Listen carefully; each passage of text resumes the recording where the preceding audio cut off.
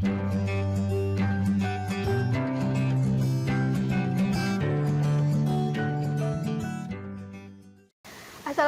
warahmatullahi wabarakatuh. Kembali lagi bersama saya Agi Hirunisa yang akan membahas materi biologi. Dan pada kesempatan kali ini yang akan kita bahas adalah materi kelas 11 semester pertama, yaitu mengenai struktur dan jaringan pada tumbuhan. Ini merupakan peta konsep yang akan kita pelajari. Ada sel tumbuhan, jaringan tumbuhan, dan juga proses fisiologi yang ada di dalam tumbuhan. Nah, untuk sel tumbuhan, kita tahu bahwa perbedaannya dengan sel hewan adalah sel tumbuhan ini punya dinding sel, kemudian punya plastida, dan juga punya organel-organel berupa vakuola. Nah, jenis-jenis jaringan tumbuhan, karena tadi sel-sel tersebut kemudian membentuk jaringan-jaringan, nah jaringan-jaringan ini berdasarkan sifat tumbuhnya ini bisa dibedakan menjadi dua, yaitu jaringan meristem dan juga jaringan dewasa.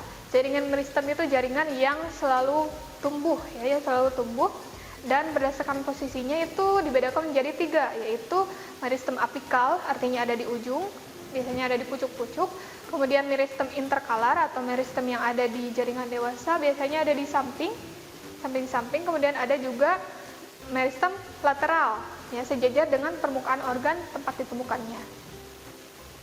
Kemudian jaringan dewasa itu memiliki sifat tidak memiliki aktivitas pertumbuhan, jadi dia sudah terhenti pertumbuhannya, ya.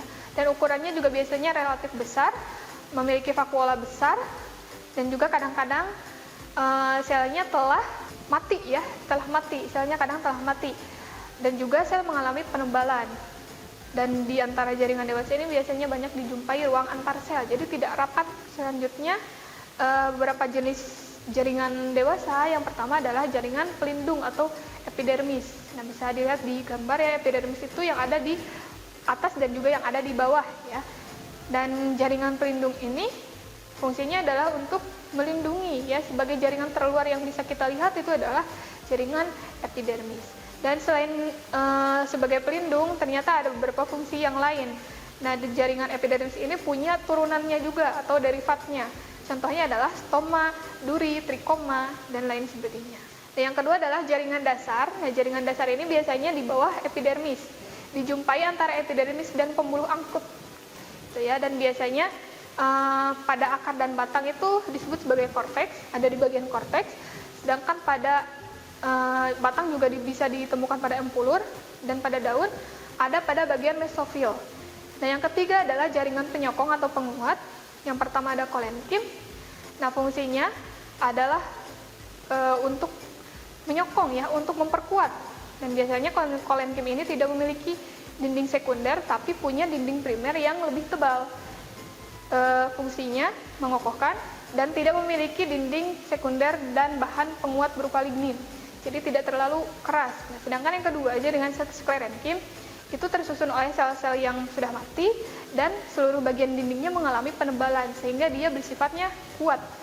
Nah, sklerenkim ini juga bisa dibedakan menjadi dua, yaitu serabut dan juga sklereid. Pada serabut biasanya terdapat dalam bentuk untayan-untayan berbentuk lingkaran, sedangkan sklereid itu lebih pada yang lebih kerasnya lagi, biasanya pada kulit kayu, pembuluh tapis, dan juga ada buah yang sangat keras. Selanjutnya adalah jaringan pengangkut atau vaskular. Nah, ini ada dua jenis jaringan pengangkut, ada xilem dan juga ada floem. Xilem fungsinya adalah untuk mengatur atau untuk mensirkulasikan air, ya, dari bawah ke atas, sedangkan floem untuk mengangkut hasil fotosintesis. Nah, organ pada tumbuhan, yang pertama yang paling bawah adalah akar. Nah, akar ini fungsinya adalah untuk menyerap air dan zat hara dari dalam tanah. Nah, pada ujung-ujung akar ada yang disebut sebagai kaliptra. Ini merupakan gambar dari anatomi akar, ya. Ada epidermis paling luar, kemudian ada korteks, dan ada juga pembuluh-pembuluh berupa xilem dan juga floem.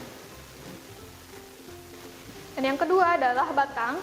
Nah, ini perbedaan morfologi antara batang dengan akar. Biasanya pada batang itu ada ruasnya, sedangkan pada akar tidak ada. Dan untuk batang punya daun, sedangkan akar tidak. Batang itu biasanya tidak ada bulu, sedangkan akar untuk melakukan adsorpsi itu perlu bulu. Dan akar juga dilindungi oleh tudung, sedangkan batang tidak. Kedua-duanya namun memiliki cabang. Nah, ini contoh gambar anatomi dari batang. Nah, selanjutnya adalah daun. Nah, daun ini tersusun yang paling atas tentu jaringan pelindung, epidermis dan juga turunan-turunannya. Kemudian yang kedua adalah jaringan mesofil yang biasanya berisi jaringan dasar berupa parenkim. Yang ketiga adalah jaringan pengangkut, yang keempat jaringan penguat juga sama, dan juga yang kelima ada yang disebut sebagai jaringan sekretori atau pengeluar. Ada yang biasanya mengeluarkan getah dan lain sebagainya. Itu disebut sebagai jaringan sekretori. Selanjutnya adalah bunga. Nah, struktur bunga bisa lihat di sini. Yang pertama adalah dasar bunga. Nah, si dasar bunga ini disebut sebagai reseptakel.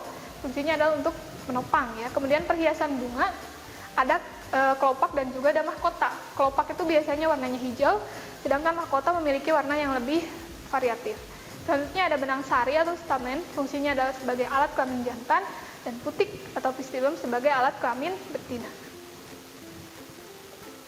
Nah, ada beberapa tipe bunga ya, ada bunga lengkap dan ada bunga sempurna, bunga jantan, bunga betina, dan juga bunga telanjang. Nah, untuk bunga lengkap punya keempat ciri ini, gitu. Ada kelopaknya ada, mahkotanya ada, benang sari dan putiknya juga ada. Dan bunga sempurna biasanya selalu memiliki benang sari dan putik. Jadi ada benang sari, ada putik, namun kelopak dan mahkotanya kadang ada, kadang tidak ada. Itu masih dikategorikan sebagai bunga sempurna. Kalau bunga jantan itu hanya memiliki benang sari saja, sedangkan putiknya tidak. Kelopak dan mahkota tentu masih ada. Nah, untuk bunga betina, kebalikannya dari bunga jantan, dia hanya punya putik. Dan untuk bunga telanjang, biasanya ada benang sari dan juga putik, tapi kelopak dan mahkotanya sudah pasti tidak ada, maka itu disebut sebagai bunga telanjang. Kemudian dalam jaringan tumbuhan ini juga akan kita pelajari mengenai sifat totipotensi sel ya. Nah, sifat totipotensi ini adalah sifat atau kemampuan tumbuhan untuk melakukan regenerasi menjadi bentuk sel apa saja. Dari sel daun misalnya bisa menjadi organ yang lengkap gitu, dan mulai akar, batang, kemudian daun, sehingga sifat totipotensi ini bisa digunakan sebagai landasan para ahli untuk mengembangkan yang namanya kultur jaringan. Jadi kita bisa menumbuhkan pohon pisang hanya dari satu helai, bahkan tidak satu helai ya, satu jaringan berupa yang kita dapatkan dari daun gitu. Nah, itu disebut sebagai kultur jaringan. Ini yang ada di sini adalah contohnya pada wortel ya, phloem pada akar tanaman wortel yang kemudian nanti bisa menjadi tanaman baru berupa wortel yang utuh. Nah, selanjutnya keuntungan penggunaan teknik kultur jaringan adalah yang pertama, bebas menentukan bagian tumbuhan mana yang dikultur, kemudian waktunya juga relatif singkat jika dibandingkan dengan tumbuhan yang real gitu ya, yang secara alami. Kemudian yang ketiga, tidak membutuhkan ruang yang luas. Dan yang keempat, cepat menghasilkan sejumlah tanaman baru dari satu jenis tanaman saja.